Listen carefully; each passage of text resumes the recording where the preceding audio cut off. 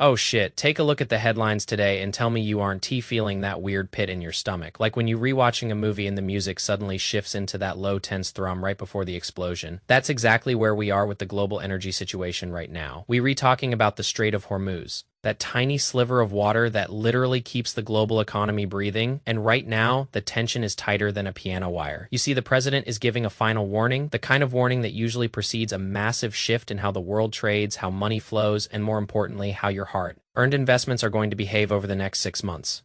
I was looking at the charts this morning, and it's not just about the geopolitical theater, it's about the reality of an energy crunch that's coming for every single one of us. Peace is being given a chance, but if you've been following the pattern, you know that when the rhetoric gets this loud, the markets are already pricing in the chaos. Let us talk about the reality of the situation without the noise. Imagine you a fund manager sitting in a glass tower in New York, you looking at reports of a steel wall, literally a blockade. And for the first time in forever, 85 ships have been turned around. That's not just a statistic, that's a massive disruption in the supply chain that ripples down to every single commodity you own. We talking about an oil shock that isn't just coming, it's already hitting the docks in China. And when Beijing admits their economy is slowing down because of energy costs, that's your signal to pay attention. You see, most people think investing is just picking the right tech stock, but in times like this, you have to be a student of the world. You have to understand that when the cost of moving a barrel of oil jumps, the cost of everything else follows suit. So what's the play here? How do you keep your head while everyone else is panic selling or chasing the wrong trends? First off, stop looking at the short-term noise and look at the structural shift. We are seeing a massive pivot away from the Middle East and back to the Western Hemisphere, specifically Alaska. And I am telling you, the majors like Exxon and Shell are going all in. They recalling it the hottest play on the planet, and they rewrite because in a world where supply lines are being threatened by drones and mines, domestic energy independence isn't just a political talking point. It's the ultimate portfolio hedge. Think about it. If you holding energy assets that are protected by the most powerful military on the face of the earth, you in a much safer position than someone betting on shipping routes that could be blocked at a moment. Notice, and it's not just about oil, it's about the tech behind the security, the defense companies deploying these next-gen robo-mine hunters. The firms building the sonar that clears the path, that's where the growth is. Peace when you see a shift this big. You have to be agile. Don't just sit there waiting for the news to hit. Look at where the capital is flowing. We talking about a transition period. And in transition, there is always volatility. But there's also opportunity for those who have a plan. I know a lot of you are thinking about the cost of gas this summer, the air conditioning bills, the flight tickets. It's all connected if you heavily exposed to sectors that rely on cheap, stable global trade. You might want to look at rebalancing. Get into things that benefit from high energy prices or domestic production. It's like having a backup generator when you know a storm is coming. And trust me, the storm is brewing. Just look at the 10-year Treasury yields hitting 20-year highs. That's the market telling you that something is wrong. That's the market telling you that inflation is going to be stickier than the Fed wants you to believe. You need to be holding assets that can weather.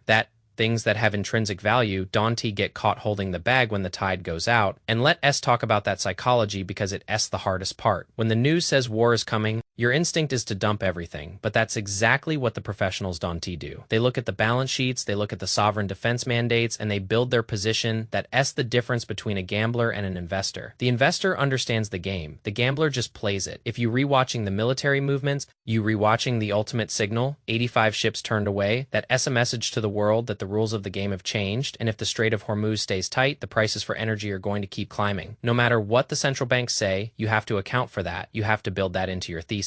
And if the president decides to move forward with the so-called circle of death, you're going to see a shock to the system that will reprice assets across the board. So how do you survive this? You stay liquid, you keep your eyes on domestic energy plays, and you don't get emotional about the news. It's just data. Everything is just data. If you a long-term holder, this is just a bump. But if you trying to navigate the next 12 months, you need to be tactical. Look at the companies that are stepping up to help secure the infrastructure, the companies that are drilling, the companies that are innovating in defense. These are the ones that are going to be standing when the dust settles. And hey, remember that even in the middle of all this stress there's always a way to profit it. It's about knowing the board, knowing where the pieces are moving, and staying ahead of the crowd. We reliving through a massive geopolitical realignment, and you either part of the shift or you the one getting shifted. Stay sharp. Watch the energy sector like a hawk and never underestimate the power of a solid, boring domestic resource play in a world that's gone completely crazy. And one more thing, don't ever let a headline scare you into a bad decision. Treat it like an analyst, break it down, identify the threat, and then build your defense. Because that's all we really doing here. We rebuilding a shield for our wealth, and in a world where the clock is ticking, having that shield is everything. Keep your eyes on the Alaska play, watch what the majors are doing with their capital expenditure, and for the love of God, keep your portfolio diversified enough that a single blockade doesn't sink your ship. We've got a long road ahead, but if you play it smart, you come out the other side stronger. Peace, stay focused, and keep stacking those winners while everyone else is too busy panicking. Over the daily drama, we in this for the long game, the big picture, the structural change, and that's how you win, by seeing the world as it really is, not how you want it to be. Stay safe out there, stay invested, and keep your head on a swivel, because the next big move is always right around the corner, and you want to be ready when it hits. Just like the guys on the USS Ford, you do the job, you do it well, and you come home to a portfolio that's still standing, that's the goal, that's the mission, and that's what we were going to keep doing together, day after day, week after week, until we reach that financial freedom. Stay blessed, and I'll catch you on the next one. Stay in the game, stay liquid, and stay smart, because the world is changing fast. And you need to be faster, peace out, and let us keep crushing it. I remember back in my early trading days when I first encountered a genuine supply chain squeeze, it felt like the floor was falling out from under my strategy. I had invested in logistics-heavy stocks thinking they were safe bets. But when the global bottleneck tightened, those stocks bled out like a sieve. And the lesson I learned that day was simple. Never bet against the physical reality of the world. If the oil can move, your portfolio can move. And that is the bottom line here. Look at the treasury market, 10-year yields, nearing that 20-year peak. That isn't just a number. That is a warning shot across the bow of every growth stock currently trading at a premium. It means the cost of borrowing is going up. It means the discount rate for future cash flows is rising. And if you haven't adjusted your risk profile to account for higher rates and potential energy inflation, you are leaving yourself exposed to a massive downside risk. I keep talking about Alaska because it is the most logical hedge. When you look at the map, when you look at the supply chain logistics, when you look at the pure political while currently backing domestic drilling, it is a no-brainer, and the smartest guys in the room, the ones who have been playing this game for decades, they are loading up, they are buying the assets that don't depend on a foreign regime's permission to keep the lights on. If you want to know how to build a bunker for your money, you start with energy independence, you start with the companies that own the ground, they own the pipe, and they own the distribution. That is how you survive a transition like this. And trust me, this is a transition we are watching the old order of global trade crumble in real time, replaced by a more fragmented, more volatile reality where security is the new currency. And if you think the markets will just shrug this off, you are looking at the world through rose-colored glasses. The market is a discounting machine. It knows what is coming, and that is why you see the volatility. That is why you see the rotation out of tech and into hard assets. It is a flight to safety, a flight to things that you can touch, things that you can count, and things that are essential for the world to keep running. So don't get distracted by the noise of the nightly news cycles. Focus on the fundamentals of the global supply chain, focus on the shift in capital expenditure, and focus on the companies that are built to thrive in a high-friction environment. It is not about predicting the next war. It is about positioning your portfolio so that no matter who wins the geopolitical battle, you are owning the resources that the winner needs to keep their economy alive. That is the ultimate hedge. That is the ultimate play. And that is how you stay ahead of the curve. It is tough. It is gritty.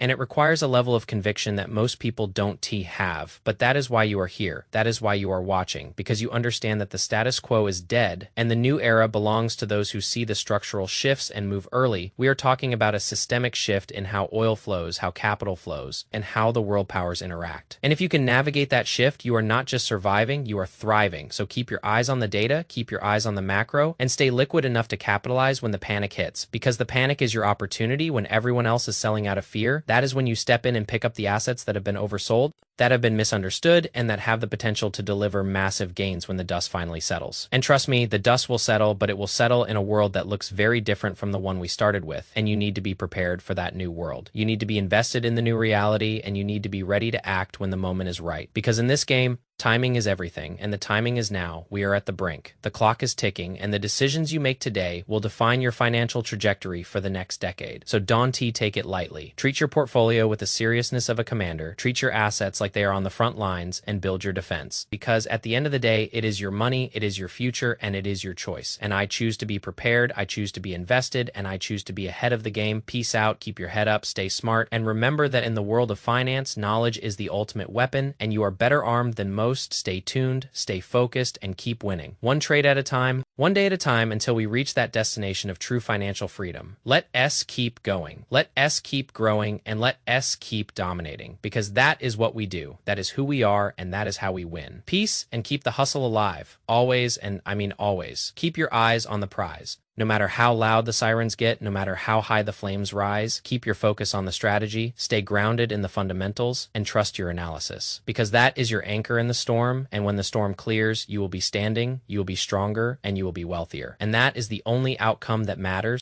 Let us do this every single day without hesitation, without fear, and with absolute resolve. Peace out.